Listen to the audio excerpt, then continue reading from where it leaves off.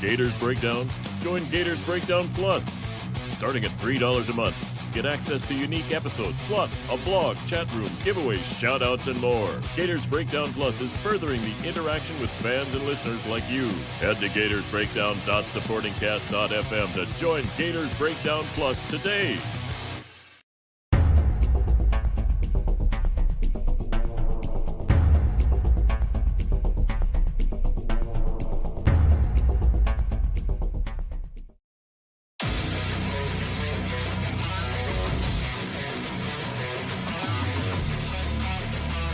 Gators Breakdown, because there's never a dull moment in Gator Nation.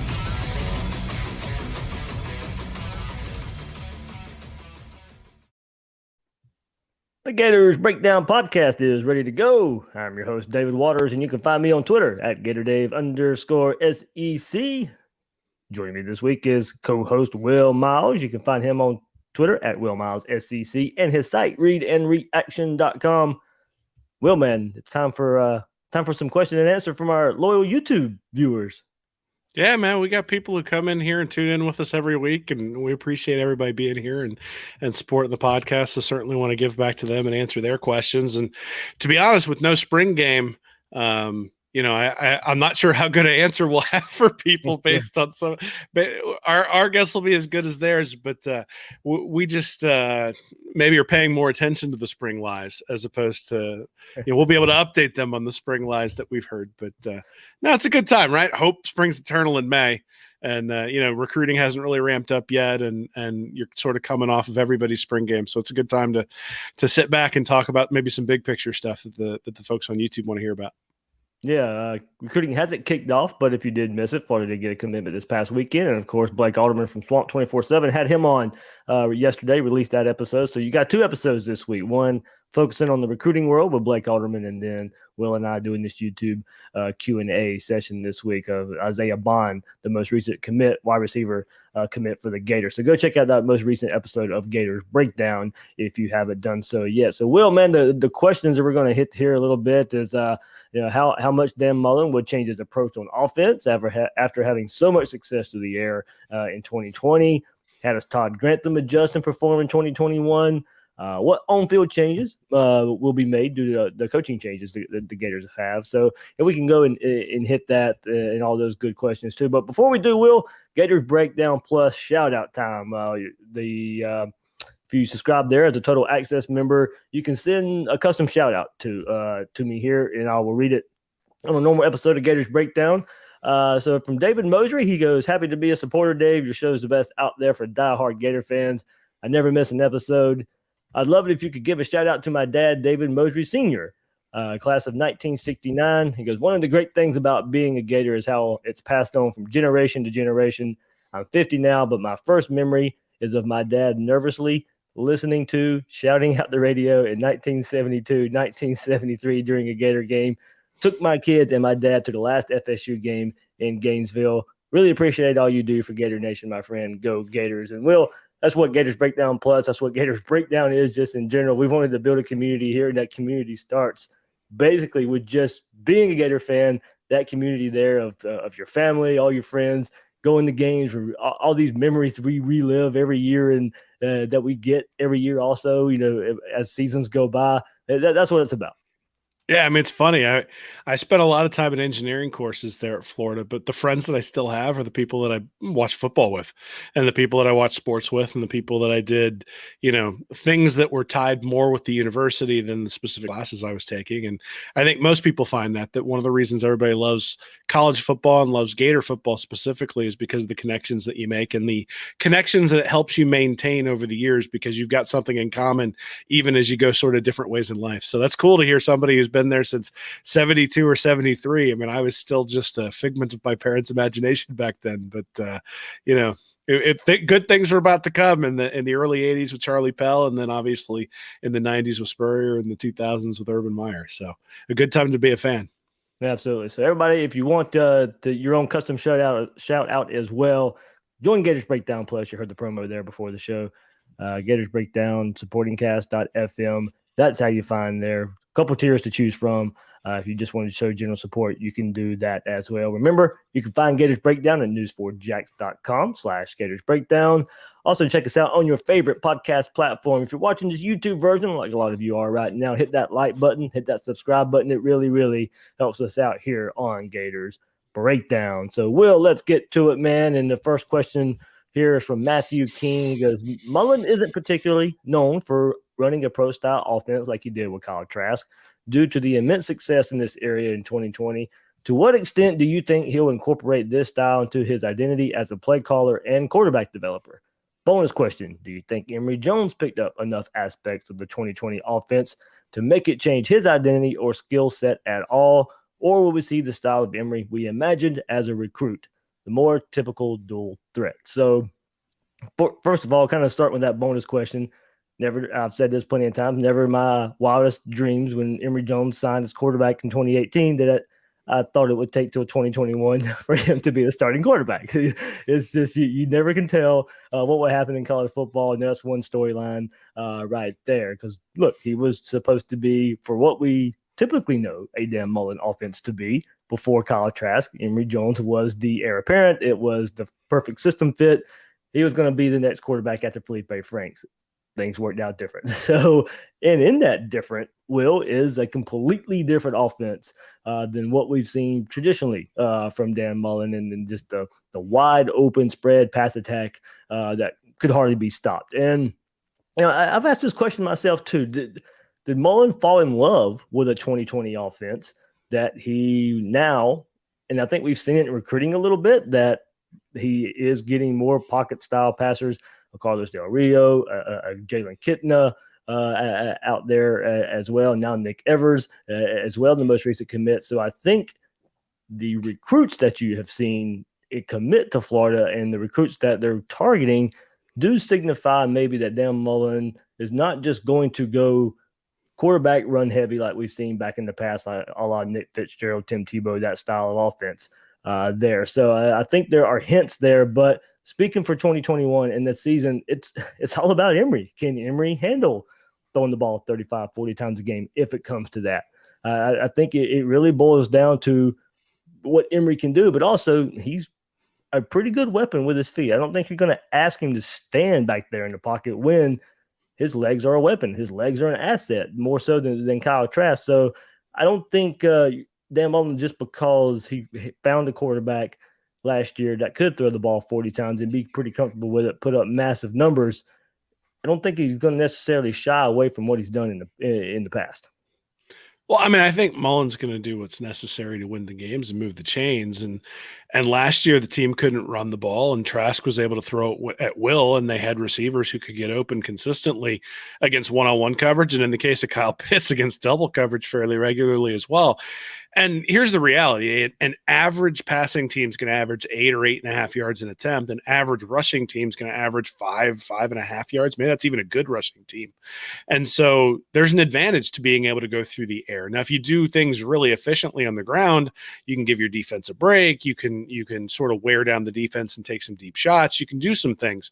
But the reality is that it's much more efficient to throw the ball than it is to run the ball. Mullen knows that. He's not stupid. He understands the numbers and the way that works. But what he had to do at Mississippi State was bring in imperfect quarterbacks. Even Dak Prescott was a 3-star guy that they developed into a guy who then was able to go on and succeed in the NFL.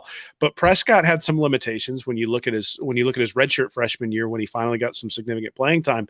He only had a QB rating of like 123 or something like that. It wasn't until his second year starting where that jumped up to 150, and all of a sudden that was the year in 2014 that Mississippi State was playing for number 1 in the country and, nearly beat Alabama there. So I think what it boils down to is when you're at a Mississippi State, you can't get a guy who's a complete quarterback who has every skill you'd ever want.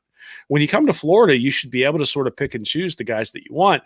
And I think Mullen has proven, I mean, if you look back in 2018 with Felipe Franks, it was like 60-40 running the ball.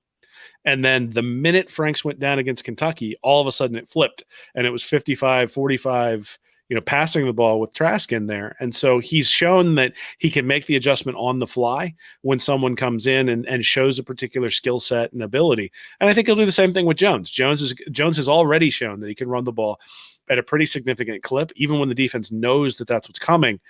And so as you add different things and different wrinkles to the passing game, you're just going to open things up even more. So is it a change in philosophy? I don't know. I think for the most part, Florida's offense, at least under Felipe Franks, was pretty simple. He looked at the numbers. If there were only 4 or 5 guys in the box and he had a blocking advantage, he took off. Right. And even Trask in the SEC championship game, we saw that a couple of times last year where we were sitting there going, really? 3rd and 8, you ran that QB draw there, buddy? Like maybe we should have just gone back and tried to throw that one. But that's what the offense demands, right? The offense allows the quarterback to make those decisions. I think what we're going to see is that Emory Jones is going to make different decisions than Kyle Trask did, right? That Trask defaulted most likely correctly to chucking the ball all over the yard, whereas Emory Jones is going to default likely also correctly to running the ball. That's going to skew things in a way that sort of brings balance back to Florida.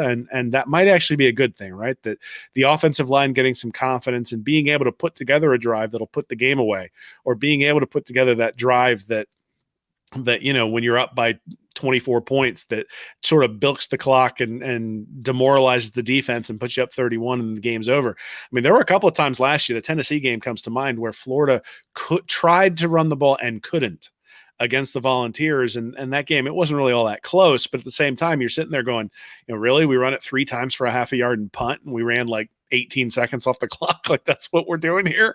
And they should be able to do that next year. So it's going to be different. Emory Jones is a different quarterback. That doesn't mean that he doesn't have the throwing skills, or at least enough throwing skills to be able to replicate some of the things Trask did. The comment you made about the recruits is interesting. Again, I think that just sort of boils down to Mullen recognizing that you have to throw in today's game to be a really elite offense. And if you have to give up the running ability of a quarterback to get the throwing ability, that you'll do that. We'll also find it. You brought up numbers, and we've brought that aspect up before. But I do find it funny. How many times in the second half of the season last year did we say, man, they're dropping 8. They're dropping 8. I don't know how many times Emory's going to see defense dropping 8, because if they do, he's just going to nickel and dime them with his legs. And, that's will be the plan of the offense. We won't see dropping 8 a whole lot unless, you just see a lot of success that we just don't expect to see, but not from Emory, but just because it, as you said, it's going to be different. You're not going to ask him to do that with his repertoire at quarterback. But Will, also, you talked about his going back to his Mississippi State days and different style of quarterbacks. Went down a rabbit hole a little bit while I'm doing some research for probably our next week episode, where we do another deep dive of this offense and going into some numbers here. But I went and looked. Trask had 15 games of at least 30 attempts, 6 games of at least 40 attempts in 22 starts. So 15 games of at least 30 attempts, 6 games of at least 40 attempts in 22 starts. So then, okay, I went and looked at that. I was like, okay, I got to go back and look at his Mississippi State days and combine, he played multiple quarterbacks in games, but if the quarterback position threw for 30 or more attempts a game, what was the record? So 2009, of course, he's coming in after Sylvester Croom and got to clean up a whole lot. They threw for 30 or more attempts in a game twice. They were 0-2. 2010, the same, 0-2. 2011, when they threw for 30 or more attempts, 1-5. So not a very good start there with quarterbacks that, he probably had to make something of to begin with, and then he finally starts getting his quarterbacks in. You can kind of tell a little bit. 2012, Tyler Russell starts, and that's before Kyle Trask was probably the most pass-friendly quarterback Dan Mullen has had in head coaching career. 2012, Tyler Russell starts. They're 3-4 in games where they threw for 30 or more attempts in a game, but that was 7 games, Will. 6 the year before, 4 combined in the 2 years before that, his first 2 years. 2013, 5-3. And when quarterbacks threw for 30 or more attempts a game. Then comes 2014. Dak Prescott takes over, 4-3 in games, and that was because of that late season stretch where Mississippi State just fell apart after getting that number 1 ranking. As you said, they go to late in the season, lose to Ole Miss, lose to Georgia Tech in a bowl game. 4-3 in games where Dak Prescott threw for 30 or more attempts a game. 2015, they let Dak Prescott throw it even more. They were 7-4. There was 11 games that let Dak Prescott throw for 30 or more attempts in a game, 7-4, as I said. 2016, this was the big surprise, Will. I did not expect this whatsoever. 2016, Nick Fitzgerald takes over. Okay, he's the running quarterback. 6-4 in 2016 when they threw for 30 or more attempts in a game. First of all, I was surprised that there was 10 games that they let Nick Fitzgerald throw for 30 or more times. That really took me by surprise. Probably didn't like it too much. 2017, 5 games total where Nick Fitzgerald threw for 30 or more attempts in a game. He got hurt in that season interval, still missed, but they were 2-3 in 2017 when the quarterback position threw for 30 or more attempts in a game. His record at Mississippi State in that situation, 28-30 overall. Going to go to Florida here, 3 years there, 2-2 in 2018. Franks didn't do it a whole lot. 2019, there's a big difference, Will. 9-2 when the quarterback position threw for 30 or more attempts a game. And of course, last year, 7-4. South Carolina was the only game not to hit 30 attempts by Kyle Trask, besides the bowl game. 7-4 there. I guess you wouldn't count the bowl game either, so it probably would be 7-3 if I go back and look at it like that. So the record at Florida would be, if I had to do the math in my head, and that would be 18-7 if you go and look at it that way. So you can tell the quarterback position definitely goes whatever style of quarterback he has, that's how many times he's going to throw. If he's got a good quarterback, he's going to throw it for 30 or more times. He didn't do it early in his Mississippi State career. Did it more with Nick Fitzgerald in that first season more than I thought. There's Dak Prescott years of 7, 11, so 18 games total. Dak Prescott did it in his career. So you had the perfect combination there of Dak Prescott, probably one of the better dual threats that he had, better arm, better running style quarterback there. You know, the total package is what Dak Prescott brought to the table. But I did find it interesting that we know Dan Mullen likes to run the quarterback. He likes to run the ball. So I definitely had to go back and look and see how many times they really hit that 30 pass attempts a game mark. Yeah, that's an interesting stat. I do wonder whether the average plays per game has gone up since 2007 when he took over at Mississippi State, and basically is 30 still less than 50%, right? Yeah. And is it 32? Is it 33? Or is it 42? And last year, a few times where Trask was throwing 40 times a game. The other aspect is that Trask is clearly had Mullen's trust, especially last year. And I think that's sort of what you're seeing in those numbers, is that the quarterbacks who gained Mullen's trust were the guys who were able to chuck the ball around. And then it's also sort of a shift in college football, right? That you have to score 40 points to win some games in college football at this point. Your defense is not going to be able to stop the opposition every game. Nick Saban even said that last year after the Ole Miss game. The college football's changed, and in some capacity, you're going to have to outscore your opponent. Back when Tyler Russell was his quarterback, Mullen was just worried about keeping it close. He wasn't really worried about, playing for championships. At Florida, it's different. You got to prepare your team to play for championships. And so if you're going to do that, you're going to have to wing the ball around a little bit. So I expect Emory Jones is going to go over 30 quite a few times next year. I think one of the good things is that one thing that would be interesting is to divvy that up on wins and losses, right? That they're 18-7. But Mullen's 29, and I don't even know what his overall record is, but I think the times they didn't throw 30 times, I bet you the record's really good.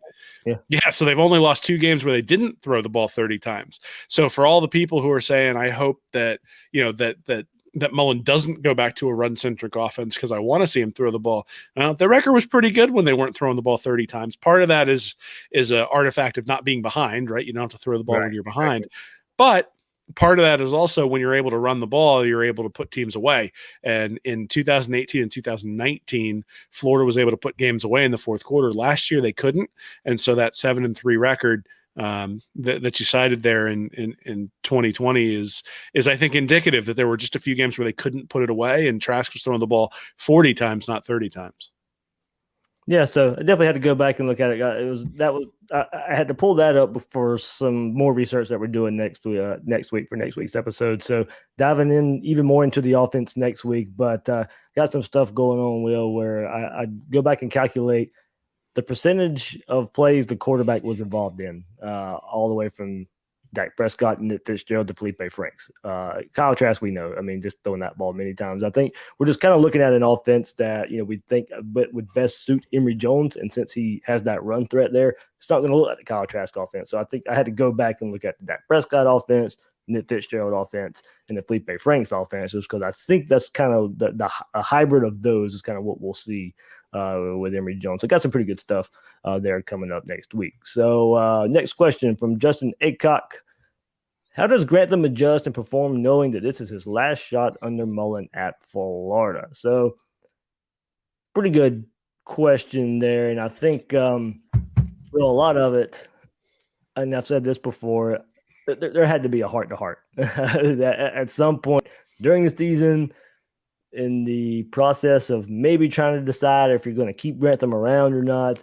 And then, of course, going through spring and all that.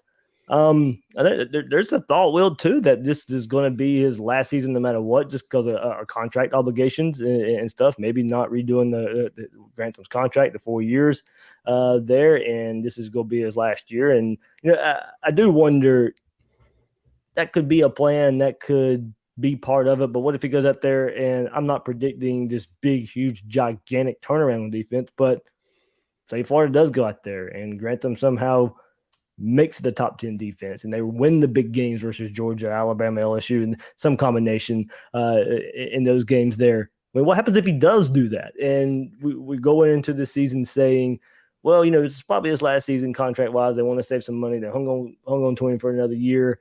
But then he goes out there and dominates the season. Then are you in a conundrum? Okay, well, this was the plan, but now we'll probably have to keep him around. I don't know. That's just a lot of hypothetical there. But, I mean, him and Mullen are friends. They've had the conversations. Of course, I think they were probably both embarrassed by what we saw last year. That probably should be the most driving factor there. That cannot happen again. So I think we will see adjustments. I don't think he'll be so stubborn to where nothing would change. I mean, we've seen and we'll get into one of the next questions. We've seen the coaching changes there happen. They had a spring to fall back on this time that they didn't have last year. A lot of young players getting a lot of time. So adjust and perform. There will be adjustments. I don't know what they'll be, but there'll be some changes. Yeah, I think we talked about this a little bit last week, but I don't expect him to change his stripes. I mean, I think he's been this guy at Georgia. He was this guy at Louisville. He was this guy at Mississippi State for the 1 year. And now he's going to be this guy at Florida, right? There's going to be some blitzes that get home and cause havoc and get turnovers. There's going to be time where the blitzes don't get home. And particularly against skilled quarterbacks who are able to read his defense, that seems to be his Achilles heel. And then one of the good news is, some of the good news is that there isn't that guy, right? Even Kellen Mond, who really wasn't that great last year, but was great against Florida because he's one of those experienced guys who had a lot of, who's able to deal with the pressure, I suppose, was able to pick them apart. There really aren't those guys this year in the SEC. I mean, maybe you could say JT Daniels is experienced, but not really. I'm not scared of Terry Wilson at Kentucky. I don't know who the quarterback's going to be at Tennessee. You just sort of go down the list and there's nobody there where you go, oh, there's a 4-year starter. That's somebody you've got to watch out for.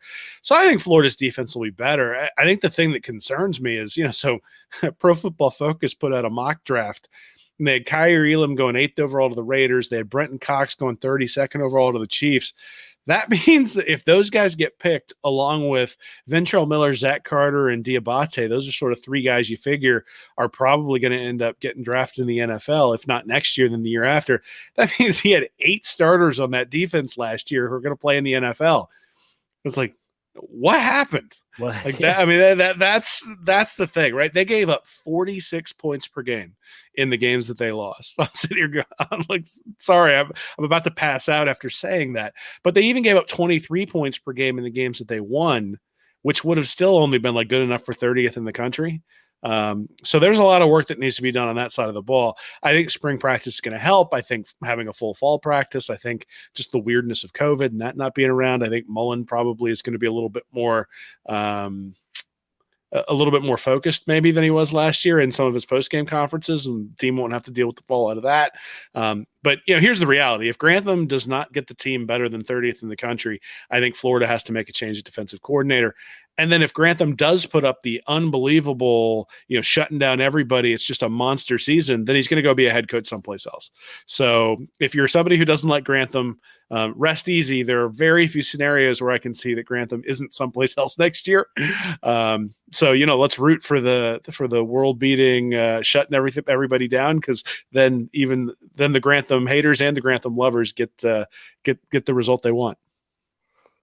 Yeah, I mean, I think we'll go back and we'll see how important the spring is. That's something everybody dealt with last year. But as I've said before, I think for as much as we laud this staff for their development and how much they develop, if you're going to laud that development time and that they didn't get, granted, I know everybody else didn't get one either, but I do think it affected Florida a bit more than other schools. But should it have? That's another question. But it did. Should it have? I completely agree. It probably shouldn't have. That doesn't mean it didn't. So, that's probably another way to look at it there. But that question, Will, goes to kind of the next question here from B. Champy. What on-field changes, if any, do you expect to see due to coaching changes? And I think what I look for here, Will, and a lot of on defense, aggressiveness and a physicality, and that to me is a whole mindset. I think they underestimated. I think it started at the top with Dan Mullen. I think they underestimated the lack of physicality in camp, trying to keep everybody healthy. Looking at it that way, I think that's probably something Dan Mullen would probably change if he could go back and change last year's, just the physicality in camp.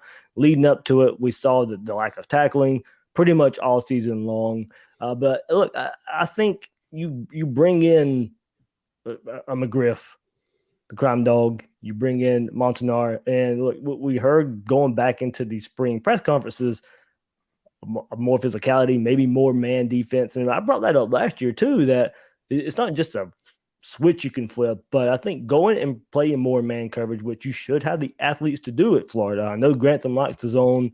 That's probably a big deterrent for him and Torian Gray. I don't think they saw eye to eye a whole lot, but we did hear this spring, hopefully that comes to fruition, that we'll probably see a good bit of it too. And I think that's the physicality type of thing. You get the athletes at Florida to play aggressive on defense. You get the athletes to play that man, get up in your face to style of defense. And I think that's a mindset. And I think, confidence goes into that. And I think you have to have confidence to be able to go out there and do that. So I think it's pretty imperative that this past spring was a springboard for that, but we're not going to know until they go out there and play games. And so I think early season confidence, early season physicality, mindset, aggressiveness, I think all that has to come together for this new coaching staff on that defensive side of the ball. Yeah, I mean, I think when you're talking about the new coaches and you're talking about the defensive backs, really what I'm looking for is trust. And I think aggressiveness probably comes from that trust. Yeah. So Grantham's interesting because he plays a lot of matched quarters defenses, which you can play a zone on one side, you can play man on the other. But if one guy doesn't know what he's supposed to do, it's a busted coverage. And, if you go back and watch the Ole Miss tape in particular, there were a lot of times where it looked like the corners and the safeties were not on the same page in terms of what defense was being played on what side of the ball. And that's why some of those deep shots for Ole Miss were wide open, just because the guys weren't on the same page. And the problem is once you get beat deep once, then you're tentative because you're not sure whether you're going to get beat deep again, right? And you just start questioning. It's like a catcher in baseball who gets crossed up one time. The guy throws a fastball, hits him right in the chest when he's expecting a curveball. You put down that curveball again, but you're still sort of thinking the fastball might come, especially right afterwards, right? And if it's the same pitcher. And I think it's the same thing when you think about the defense. Like, you need to have trust between the corners and the safeties. They need to be able to execute the defense Grantham wants well. And I mean, the LSU game, we make fun of the double corner blitz, but I don't think that's what was called. Right. I think we can all agree that wasn't what was called. I think what happened was that the guys got confused and ran the wrong defense. And all of a sudden LSU has a guy streaking wide open and nobody covering him. That can't happen. That is coaching. I mean, obviously you put in the call, your players have to know what to do. At the same time, like, that's a trust thing, right? Is that they both go or they both don't go, and they don't go full tilt. And you don't get to the quarterback and all those sorts of things. So that's what I'd be looking for from the defensive backs. Is I'd be looking for trust. I think that's the thing. If you start seeing them working, especially if you see a situation where they're playing zone on one side and man on the other, and they do it correctly, then that's one of those things where you go, okay, they really are starting to get Grantham's scheme, and they're starting to understand how to trust one another within the system. Well, I think something that goes along with trust too, accountability. That has to be something that has to be back there in that secondary. And I know I hate to keep bringing it up. You brought it up last week, a couple weeks ago, or whatever it was. The Marco Wilson shoe toss. He shouldn't been on the field after that. Yeah, I don't care if there was confusion about what the penalty was or all that. You knew what it was. I guess they felt like they didn't have anybody else to turn to. He's a team captain. He's been on the team for a few seasons. They left him out there, but just not enough accountability back there in the secondary. As you said, busted coverages all the time. Somebody not doing their assignment. Trust, I think, goes along hand in hand with accountability. And if you don't make the plays, if you keep screwing up, like we saw time and time again, the safeties and the DBs confused, not knowing the ball is getting snapped, and they're still talking, they're still wondering what to do. That shouldn't be the case. The coaching staff deserves some blame on that too. Absolutely, that's part of the accountability as well. Figure out what you're doing wrong. Simplify it if you have to for these guys. I know it may not be your defense, and as you said, Grantham may be wearing his stripes no matter what, but at some point you got to adjust. If you don't adjust, you don't have a job. I think accountability starts with Dan Mullen and making sure these coaches are doing their job. The whole, I guess, the criticism of the whole buddy system, I think it's really going to be put to the test in this 2021 season.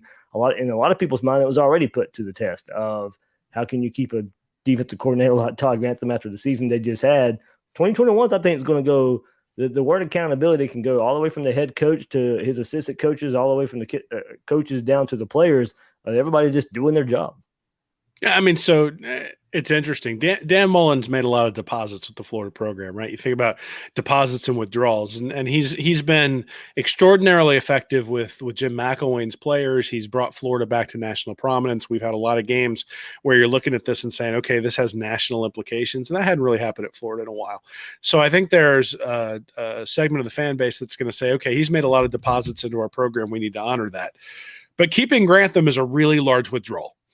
And so, that balance is looking awfully, one thing goes wrong, the air conditioner goes out, and all of a sudden you're going to have problems. And that's kind of where Mullen is, right? Is that if the decision to keep Grantham looks brilliant at the end of the year, then the withdrawal is worth it. And all of a sudden the balance looks healthy and everybody's back on board. But if it ends up being shaky, then everybody gets nervous. And that's the bet that he's making, right? I mean, it would have been easy. In some ways, I really do respect Mullen for keeping Grantham around. I think it's the wrong decision, but I respect him for it from the standpoint of this is a program-defining decision to keep Grantham around, and it's a legacy-defining decision. And the easy decision probably would have been to get rid of Grantham, bring in somebody else, and then if that doesn't work, blame him. But at this point, because you've decided to keep Grantham, if it doesn't work, that's on you, buddy. Like, that's on the head coach. And so to your point, the accountability goes all the way to the top, but also, hey, you got to admire the guy sticking to his guns and saying, this guy can get it done and I'm going to stick with him. Whether or not you agree with the decision, and again, I don't, but whether or not you agree with the decision is altogether different than admiring the fact that the guy's willing to go down with what he believes in. But again, that is the problem, right? Is that if Grantham has issues, then it's a reflection on Mullen and it's a reflection on confidence within Gator Nation, and that stuff starts to erode. It's a really big withdrawal. Gator Nation still for the most part is pretty heavy in Dan Mullen's corner. But if things go wrong with Grantham this year, then you're going to start to see that shift. All right, Will. So next topic, recruiting. So here we go. We'll see how this one goes. I think we've had this discussion on the Gators Breakdown Plus chat room a little bit. So I've had some of this discussion there. So I think we can really hit this topic a good bit here. And the question comes from Connor Stein-Olfson. So I hope I said that right, Connor. He goes, why do you think Florida has such a hard time closing the deal with highly rated recruits? That is a fully loaded question there. So we're going to get into it as much as we can here.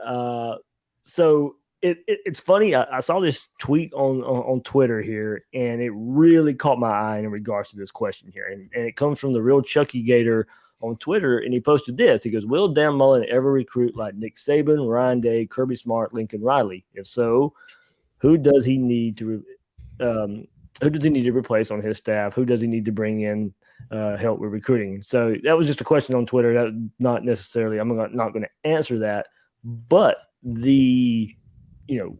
will he ever recruit like that? And the response that I saw from former Gators wide receiver great Jaquez Green, newly announced head coach Manatee High School, simply responded with, quote, personalities.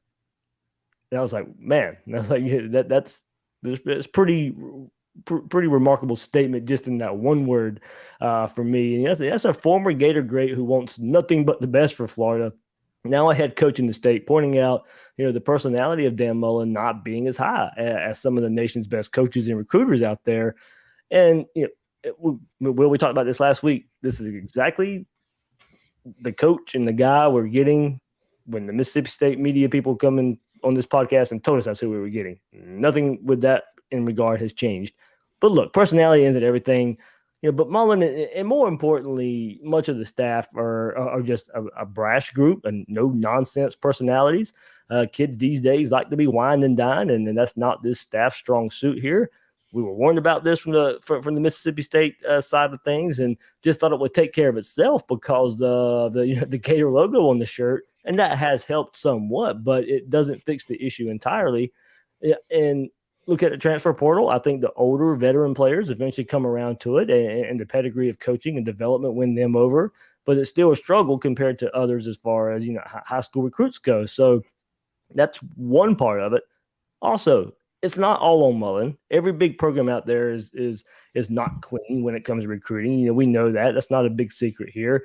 But the Florida administration doesn't like to get as dirty, scared to death of probation dating back to the 80s there. So, well, I think there is a level of it that's Dan Mullen, but I also think there's a level of it that's a little bit higher than him. I mean, yeah, I suppose. I go back to Urban Meyer's quote in his book where he says Tim Tebow almost didn't come to Florida because of Mullen. That basically they had to keep the quarterback away from the quarterback coach to get him to commit to Florida instead of Alabama. And I think that tells you something about, somebody like Jaquez Green, who's one of the most laid back guys you'll ever meet. And nothing but complimentary about the program when you and I have talked to him, and congrats to him on having that head coaching job. But, I'm surprised to hear that from him, right? I think that says something about the brashness. I think that says something about, I said earlier that I admire him for sticking to his guns. I don't admire him for sticking to his guns on the recruiting trail. Like, you need to make some changes if it's not delivering the results that you need. But again, you got to enjoy what you're doing when you come to work every day. And maybe he doesn't want those guys who need to be wined and dined. He's just decided, I'm at Florida. I can bring in high-level 4-star guys, and I'm going to try to win with those. I think that's a flawed strategy. I think you're probably going to end up losing to teams like Alabama, LSU, and Georgia. And overall, his record against those three, not all that great in his 3 years here at Florida thus far. So, I don't have a good answer other than the recruiting is what it is, right? I mean, he's going to be somewhere between 9th and 14th. We know that. The class is at 24th, 25th right now. That's fine. It'll be up to 9th or 14th, 9th through 14th when the season's over. That's where it's going to end up. Those are the players who are going to come. My days of wishing for him to be recruiting like Saban are over.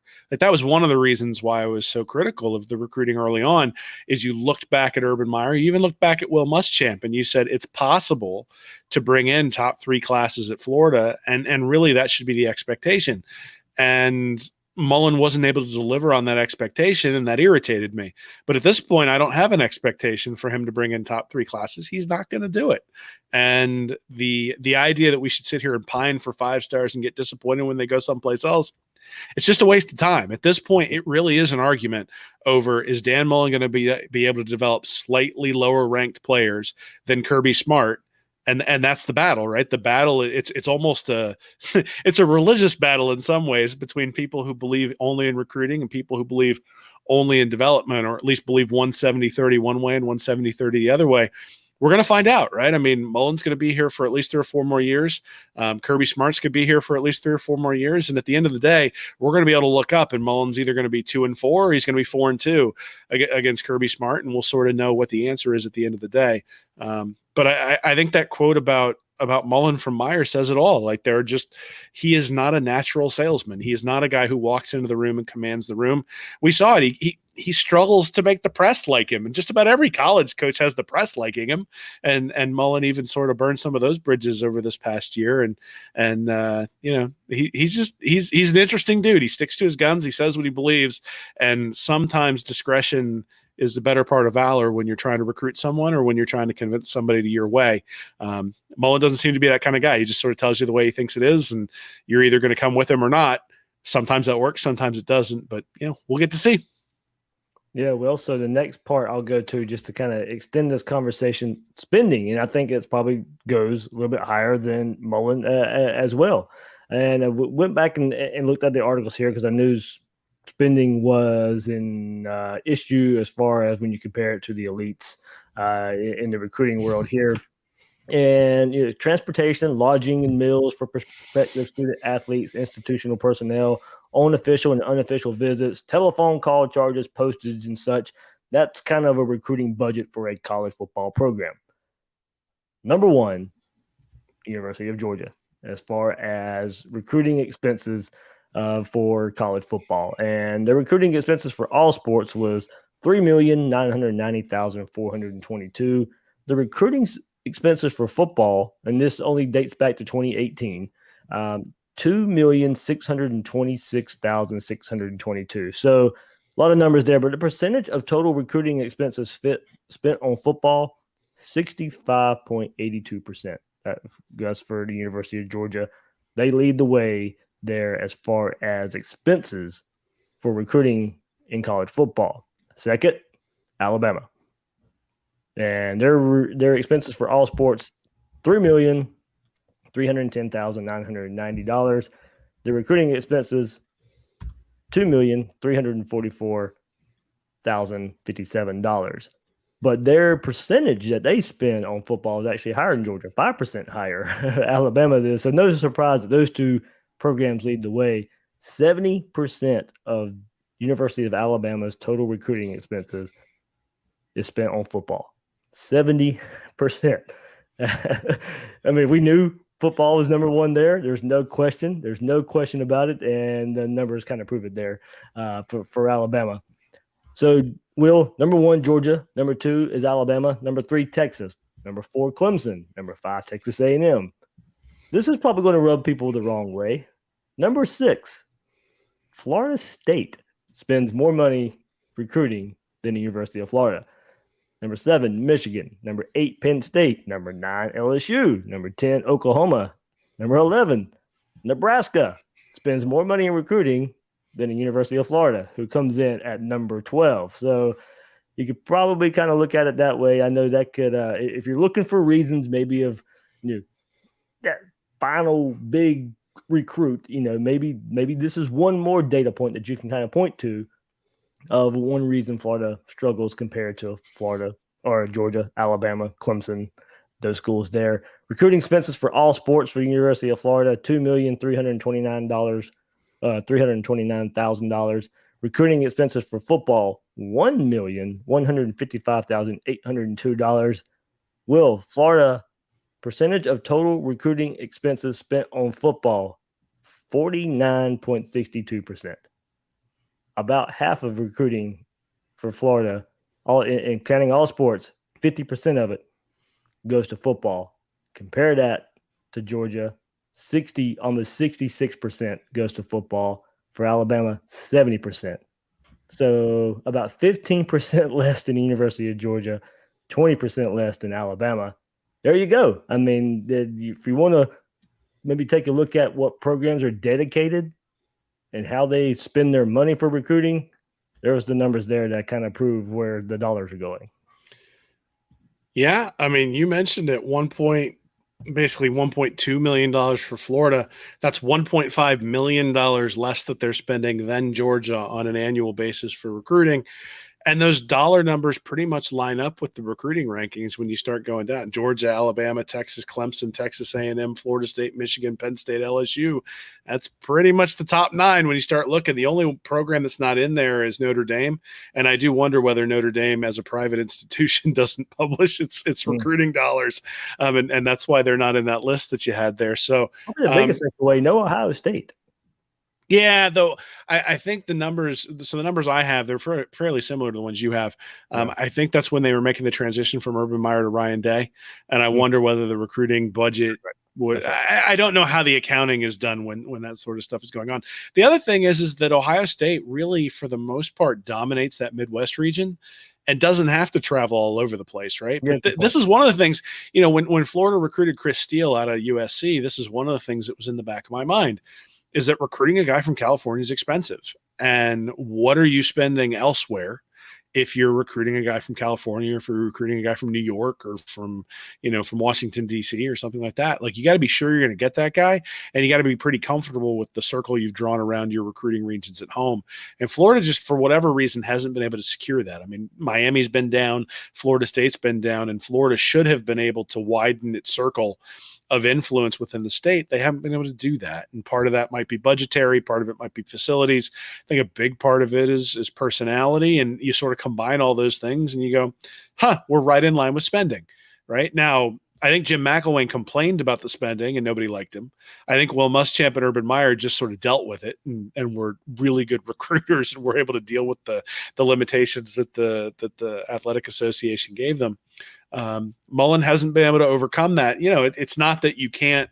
It's not that you can't overcome that. It's just you got to be a really good recruiter to do it. And Florida hired Mullen for his football coaching ability, not for his recruiting ability. Like you said, the reporters at Mississippi State were not shy about his limitations on the recruiting trail, and Scott Strickland knew all that stuff all too well because he was the athletic director at Mississippi State while Mullen was there too. So Florida went into this with eyes wide open, and they're getting what they're paying for, I suppose. Yeah, I mean, this is like a great football coach and average recruiter, and average recruiter at Florida is still going to get you, counting with the way the transfer portal goes. You look at the team talent composite and all that, and an okay recruiter at Florida still going to give you. You hit that transfer portal the way he's hitting it, it's going to give you top 10 talent on your roster. And as you said, Will, we'll have to look at 3-4 years down the road. We're still asking ourselves, the question, will that be enough? Will that approach be enough of not having, high school talent at Alabama? So nobody has the Alabama level, really, when you look at the way they've done it. So that as you said, Will, that comparison is just kind of by the wayside now. It's been too many years, at least for Florida. Georgia can say they're up there, but even they can't beat Georgia. They're still they got the love going into this preseason, but still finding ways to mess it up and not get there. But as I've always said about recruiting, there doesn't mean you will win, but you ain't winning without it. So that's about the simplest way to put it. But yeah, we'll see. When Dan Mullen was hired, go back and look in the recruiting. I was like, I'm not sure he'll ever get to that top 1, 2, 3 level. I was hoping he would. I was hoping that Gator logo on the chest would make that big difference. But it said, would the top 10 recruiting be enough? And through 3 years, we're still asking ourselves that question. Yeah, I mean, like I said, it's an awesome test case for all of the stuff we've been talking about, right? Like Nick Saban has been recruiting gangbusters in the SEC. He's certainly won a lot of national championships that way. But he hasn't, until recently with Kirby Smart, really had someone who was trying to go head-to-head with him on a recruiting basis, right? And now you've got Dan Mullen, who's not necessarily going head-to-head with Saban or Smart on a recruiting basis, but can go head-to-head with them and perhaps even surpass them when it comes to coaching on the field. At least with Kirby Smart, I think you can say that. With Nick Saban, maybe not. But so it's an excellent test case. Like, we're looking at, I think we've seen clear limitations in Kirby Smart's in-game coaching, decision-making, fourth downs, fake punts, defensive calls on 4th and 21 or whatever it was. Like, we've seen what quarterback you're playing for half a season.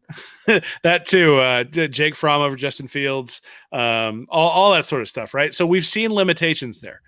And so people who just go Georgia, Georgia, Georgia, Georgia, well, let's see it, right? Let's see it for a whole year. Let's see where they don't choke one up against South Carolina as third string quarterback before we start anointing them king. At the same time, I think it's the same way on Florida's side, right? Is let's see it.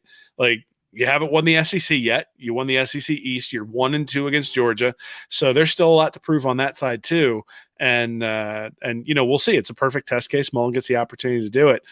I would love if he had top 5 classes, because then I think you and I both think that he's the superior coach when it comes to him and Kirby Smart. Don't know whether he's the superior coach when it comes to him and Nick Saban, but it was pretty clear Saban respected him after that SEC championship game this year. And so if you had that kind of talent, you'd be like, hey, we're going to be a championship team here for years to come. I think what you're probably going to see is it's going to be more cyclical, right? That 2020 was an opportunity to really take advantage of some special guys that they had on that team.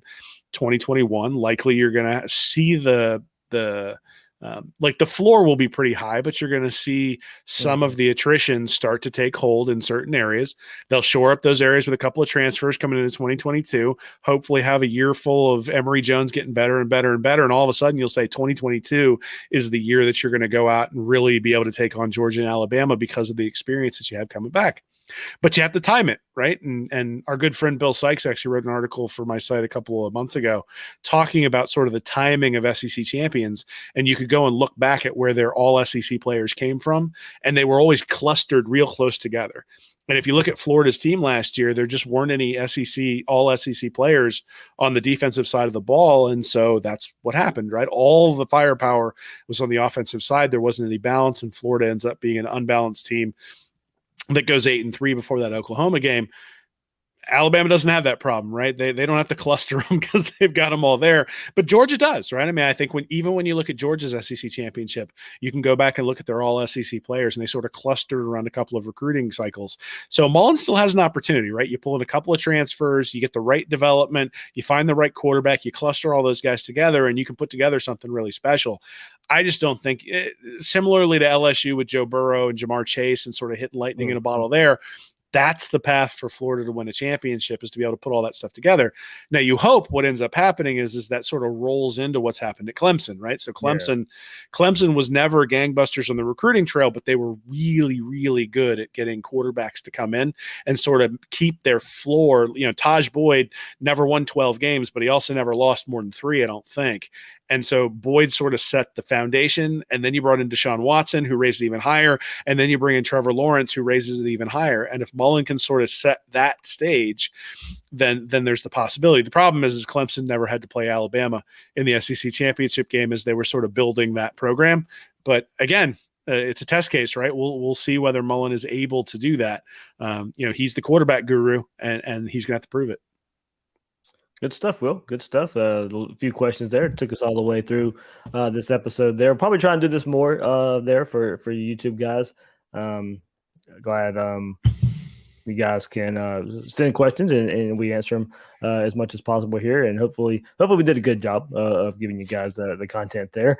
As I said, we'll tease it. Hopefully next week, as I said, we'll get a deep dive into some offense there, kind of hopefully trying to maybe forecast what we'll see on offense with the change at quarterback, maybe changing philosophy as well. I mean, it's not just quarterback, Will. I think when you talk about change of philosophy, you got 5 running backs that you have got to find a way to get the ball to and find a way to get them some holes so they can hit some big plays. So not only is it just because of Emory Jones, it's because of the weapons, hopefully perceived weapons at running back.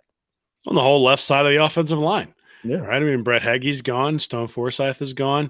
Ethan White didn't play a whole lot last year. So, from center all the way out, Richard Garage played quite a bit, but there's going to be quite a few changes up front too. It's a new look. It's a new look organization, or a new look unit there on the offensive side of the ball. And there's going to be a lot of focus on Emory Jones. And I mean, rightfully so, because he's replacing a guy who finished 4th in the Heisman Trophy voting. but there's a lot of moving parts. There's a lot of things that are going to have to go right for this offense to really be elite. Again, I don't think any of us are sitting here going, oh, Dan Mullen's going to score 18 points a game. His offense is never going to be like that. I think he's going to find a way to score. The question is going to be, can he find a way to score against Georgia? Can he find a way to score against Alabama? Not can he find a way to score against Vanderbilt? And that'll be the differentiator, right? I think if the offensive line can gel together and he can still put up points against teams like Alabama and Georgia, especially considering that Alabama early in the year is going to have its own issues, right? Where they're breaking in an awful lot. I mean, that almost an entire team, it seems like, went to the NFL in the first round this year. So they've got a lot to replace too. And as much as we may not think that Mac Jones really projects to the NFL, like Tom Brady, as the guys on ESPN were saying during the broadcast, I think we can all agree that he played well last year and that he was a big part of why they won the championship. And, you got somebody else jumping in there and Florida's going to have an opportunity to take advantage. So, there's a lot. There's a lot on offense that's changing. It's not just the running backs. We all saw sort of the deficiencies on the right side of the offensive line, but I think we forget that the whole left side is changing too. And it's going to be interesting to see how they figure that out.